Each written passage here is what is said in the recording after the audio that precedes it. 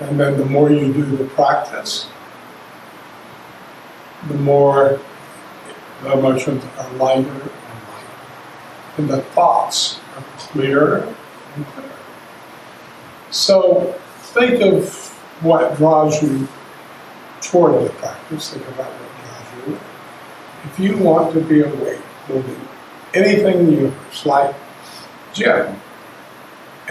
Weren't you about 12 or 13 or even earlier that you realized the most important thing for you was to be awake? I didn't have that word yet, but I mean, I knew I didn't know everything. I just it wasn't. And then you started reading and studying people who were awake, and you did everything you could to get awake, and you reached a point where you realized you needed to work with somebody who was awake. And then I got a phone call, which you've been here, and you said you wanted to do that.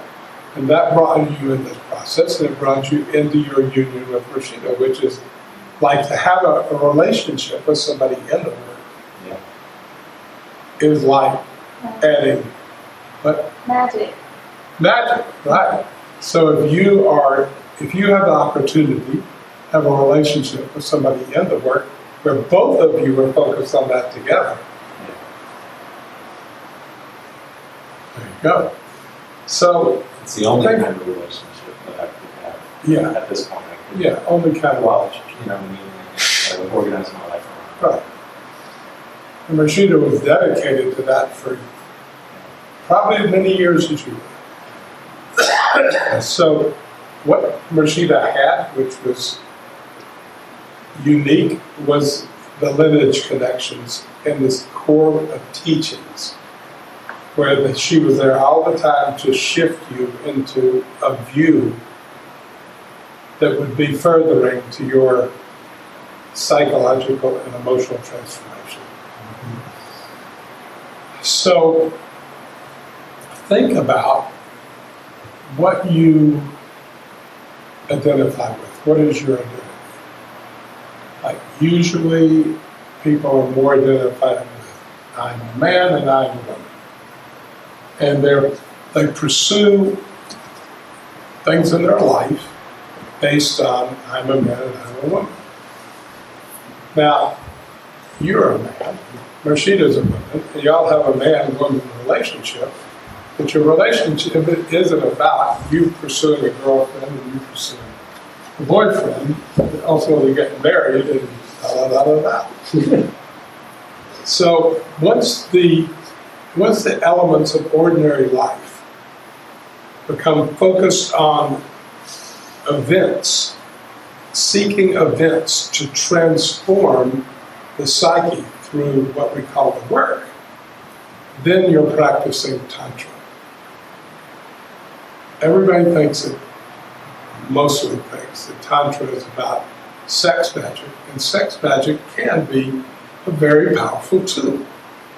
But it is the identity that I am a man, I'm a woman, and I need, or that physical relationship is what brings me a sense of groundedness and happiness. It's that identity to that itself that causes the distraction from the one focus of life, which is to be awake. So, the most common, the siddhas means perfected beings, and it's all the pictures in this room are pictures of perfected beings, meaning they're perfect in the practice. It doesn't mean they might not forget where the keys are, it means their psyche is stable and open and clear. So perfect in the practice, they don't have to do the practice anymore. For a while you do the practice every time you feel fuzzy, and it's highly recommended that, like I said the other day, you should do it twice a day, and then every time you feel fuzzy, go into a bathroom with someplace where nobody will bother you. Nobody wants to know what you're doing in the bathroom, so usually you don't get bothered. And do the practice until you feel clear. And just do that over and over and over again, and gradually you'll notice that you're doing it less and less and less. And then one day you'll notice that you come into what you could call real time, where your ability to transform in yourself what's appearing outside of yourself is no longer related to stopping and doing the practice. It's something that you have built a large transformational apparatus. Your body has become a transformational machine or apparatus. It's a perpetual motion machine. It runs on itself. You don't need to do it anymore. And then you accomplish stage one of accomplishing what you come here to do, because the purpose of life on earth is to build a transformational apparatus in your body. And then stage two is the beginning of what it would really mean to be alive or incarnated. You know, a lot of people, they're thinking about reincarnation and, you know, what was I before and what am I going to be after? And then there are other people, like there's a movement called the rebirthing movement, which is about becoming immortal. And the idea is that your body doesn't die. And all of this is misdirection, because we were a being of energy and light before we came.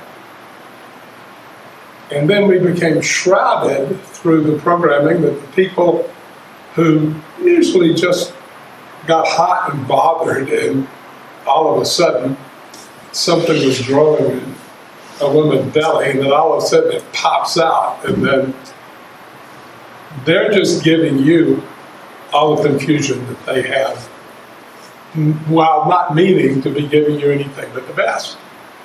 Because it's rare. There might be somebody in this room that both of their parents were awake, but it's more or less likely than likely. You might not even be here, except you might just be here meditating, that was the case. So the purpose of life on earth is to become again what you were before you took on a body, a being of energy and light. And what we call immortal, which is the purpose of yoga, is to become immortal, isn't about not having your body die. It's before your body falls away, and ideally, much before, you are consciousnesses of energy and light. The being before you came, and the being you are now, it would be like a sponge. Your body is a sponge that is full of energy and light.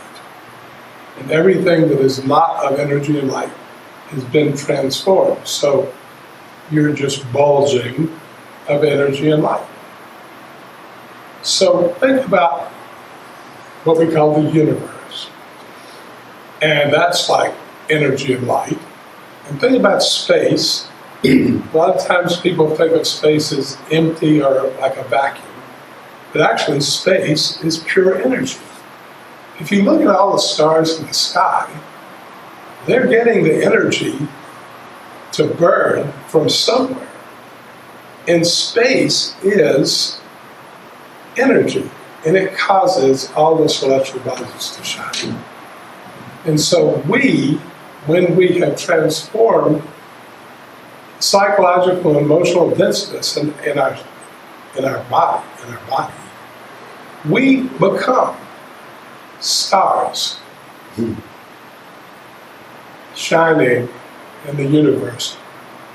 There's no wall any longer between our own psyche and the universal psyche, which is space. And so the wall becomes more like there is a identity of, there is a experience of finite and infinite. And yet there also is experience that they're not of a different substance. So there's a flow. Openness and a flow.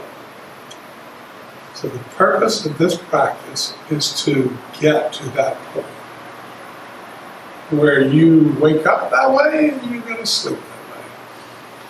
And if you're watching a show you like on TV, you're that way. And the part of you that's just human, that's just enjoying all that, but it's not in identity, just in the enjoyment of a spirit having a human experience, rather than a human being seeking to be spiritual. Yeah. There's a movement in the country, and mainly in the 3 states on the West Coast, to legally add a third choice when you select what your gender is.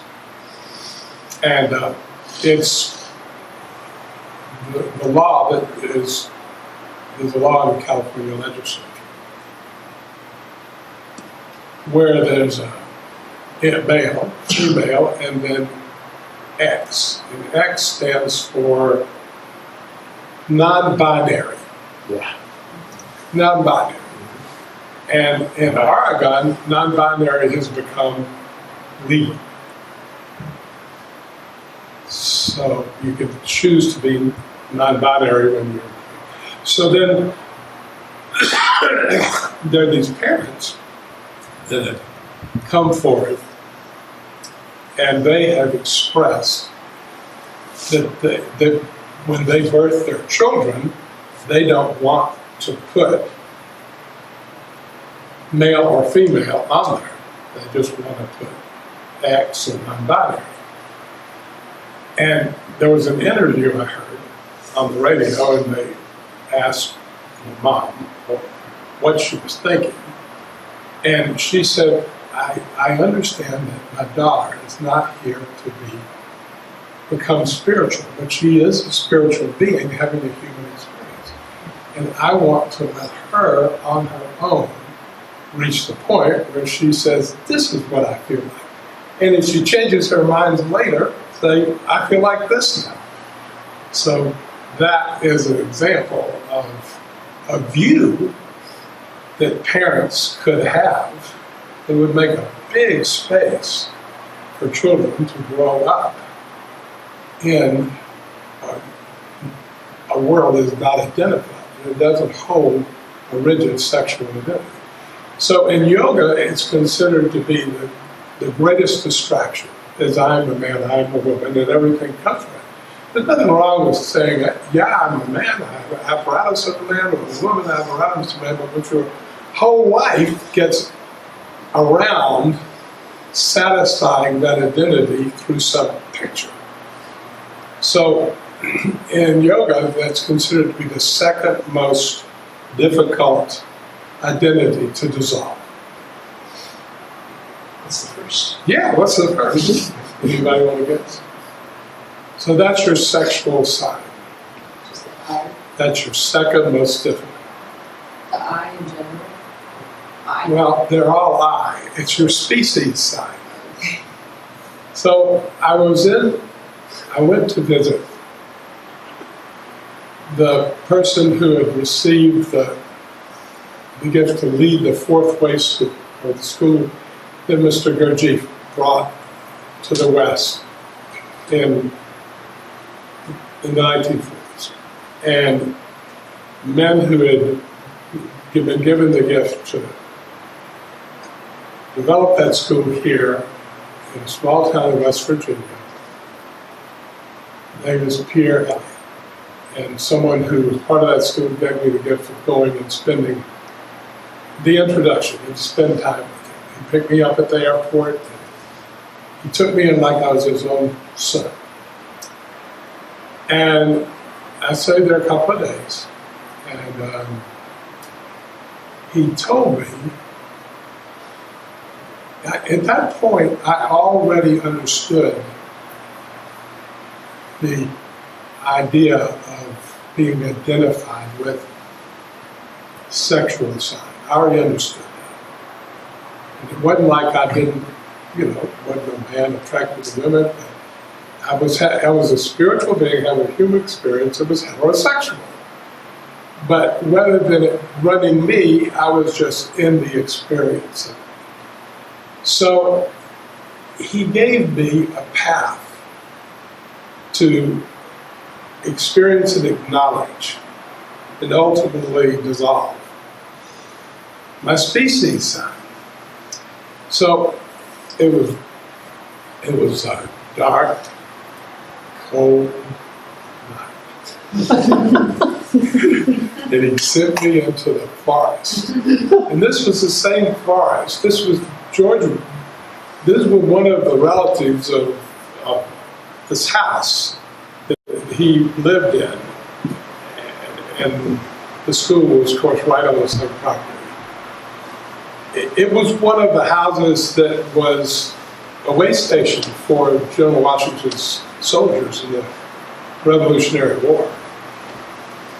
And it was a hot, very wooded area. And so he sent me into this forest after it had gotten dark and told me not to come back until I had become one with a tree. And that communication had become complete, where I could communicate with the tree and feel no difference between myself and the tree. And I did that, and it was probably 2 or 3 in the morning before I found my tree and become one with it. And then I came back to where I was staying, a room in his house, and went to bed the next morning. And I shared with him my experience. He acknowledged that, and he said, "You're complete. Your journey here and your purpose here is complete now." So I left and came back to the original, earlier stages of the community that Mursshud and I represent here. So what was that like? Well, so that's the kind of thing where just try yourself. Yeah. Like, you're going to stay here tonight? Uh-huh. All right, so wait till it's dark. And then just go out all by yourself. It's a whole new level of polyamory. So all by yourself, and just go out and walk around in the brush. We don't have a lot of big trees here, but we got a few really big trees. And just find one, be with it until you and that tree are just communicating. You feel one with that tree, and that tree it talks to you. It shares with you through nonverbal experiential communication its experience of being a tree and being of the element that we call nature. Nature, the natural world. Because everything in the natural world is connected. And the only thing that's not connected is a psyche that is in the identity of something that is where human means separate from the natural world. And then what are you giving the tree a human experience? You're sharing with the tree a spiritual being, a human experience. The tree sharing with you, a spiritual being having a natural nature or tree experience. And then you're together, Balance. being in the experience. Where the natural world is the magical world, the world of being in light. And there's no distinction between people and the natural world. The tree's not having the problem. human beings have a gift that a tree doesn't have. They have a self-identity and think and move around, whereas a tree is just being a tree. A dog is just being a dog. But the other side of having that ability to think and be aware of oneself is to have identities that block one from being in the experience of the being of energy and light that you were before you came, and you are, although you're shrouded. And you don't realize it. So, Jackie Dragon asked me to open up and bring something through, so that's what I had to share today. And I encourage all of you to dedicate yourself to the purpose of life on earth, your purpose here, which is to be free, and put that before anything else. And find a practice that really works for you and dedicate yourself to it and put it before everything. And find people to work with who are already accomplished in that practice and dedicate yourself in relationship. In that relationship, like an ordinary man or woman would be toward their boyfriend or their husband or wife. And if you think about it, you turn on the radio and you listen to popular music, it's all about sexual identity. Looking for a girl or boyfriend, finding a girl or boyfriend, losing a girl or boyfriend, lamenting over the losing of them, being sad about losing, having hope of finding a happiness. A dog, when the human that is its master shows up, has the same experience every single time. You walk in the door, that dog runs to you, and jumps on you, and licks at you, and looks at you, has the same experience that human beings have when they're in the peak of being in love. And it's a chemical experience. The peak of being in love, not the memory of being in love, but the actual peak experience of being in love. That's the natural world in an enlightened state. The natural world is in an enlightened state. It's just simply not self-aware. That's the gift and the curse of human beings. Identity. They're either self-aware of the being of energy and light that you are, or self-aware of I am this, I am that, I am from here, this is my mother, this is my father, this is what I like, this is what I don't like, this is what's important to me, this is what I'm afraid of, this is what I'm drawn to. That shroud. So do you get it? Are you inspired to take this whole picture and dedicate yourself to it until you know that you're awake? Yes. And then, if you don't know what stage 2 is at that point, come let me dance and say, hey, what's stage 2? And then you'll either be able to be shown that you're not at finish with stage 1 yet, or you'll be able to be shown what stage 2 is, which is a state that you've come into so perfectly that you're not even aware of it. It's just how you are. But a little hint about stage 2 is once, and Mr. Gurdjieff's the one who brought the fourth way work to us. He'd say, we do the work. Say it. Why do we do the work? We do it for ourselves, but we do it for...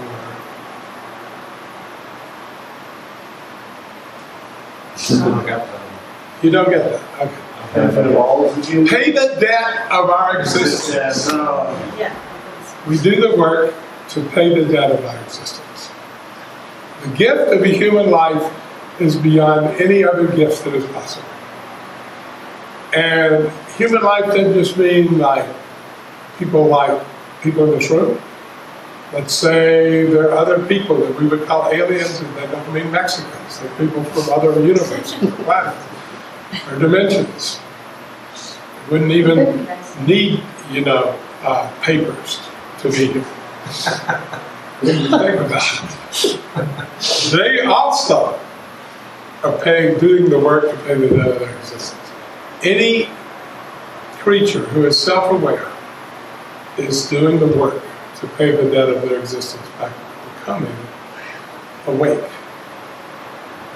And in the experience of the being of energy and light and the oneness with all that is, through the experience of one's energetic body as space,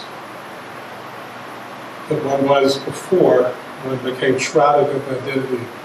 I'm this creature from this planet in this separate. So that's another way of overcoming the species side. Not being in the illusion that only human beings are.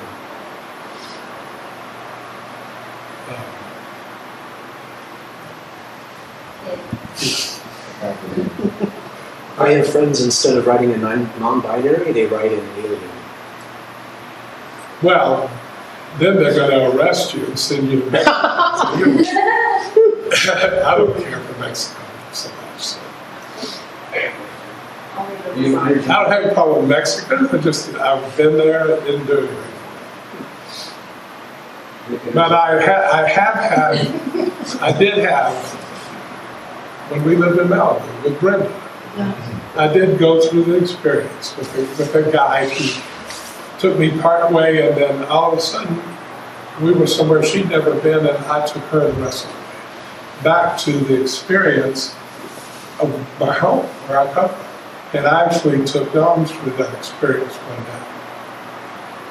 So that is an example of not being in species identity, where you can experience your home in somewhere that is not of the earth.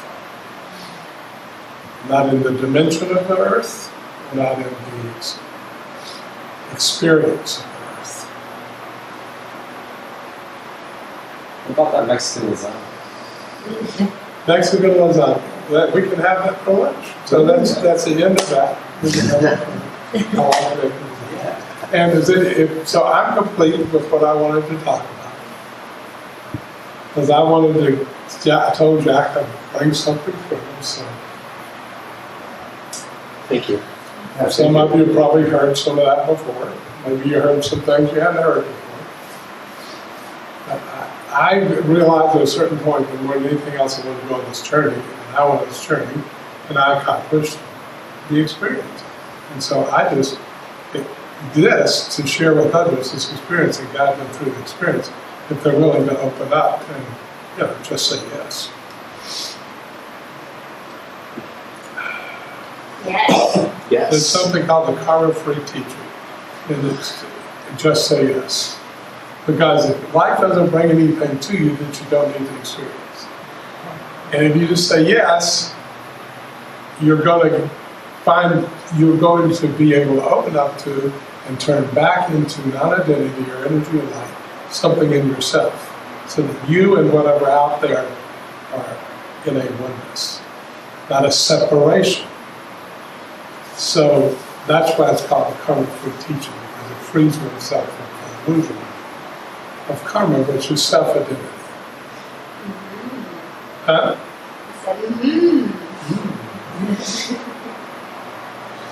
Okay, so everybody feel complete with this retreat? Okay, well, we're having another one in September. We'll be doing more of this in September. I'll be here in the same way, so we're good and retreat. I know Jack will be here. I know our Whirling Dervish over there will be here. But who else is planning to be here in September? Yeah. Wow. Pretty large number, and probably the maximum. If you know someone who you think would want to be here, who doesn't know about this, Give them the gift of the experience, Yeah. bringing them with you. Yeah. That's good karma. So I want to go have some of that tofu sauce on eggplant and asparagus curry. It's just saying, I think the lasagna is the part of Mexico you like. Yeah, well, yeah, Everybody, I mean, there's no separation between you and Mexico. Italo Mexico. It's like a pretty neat spaghetti taco. Yeah. It's a taco.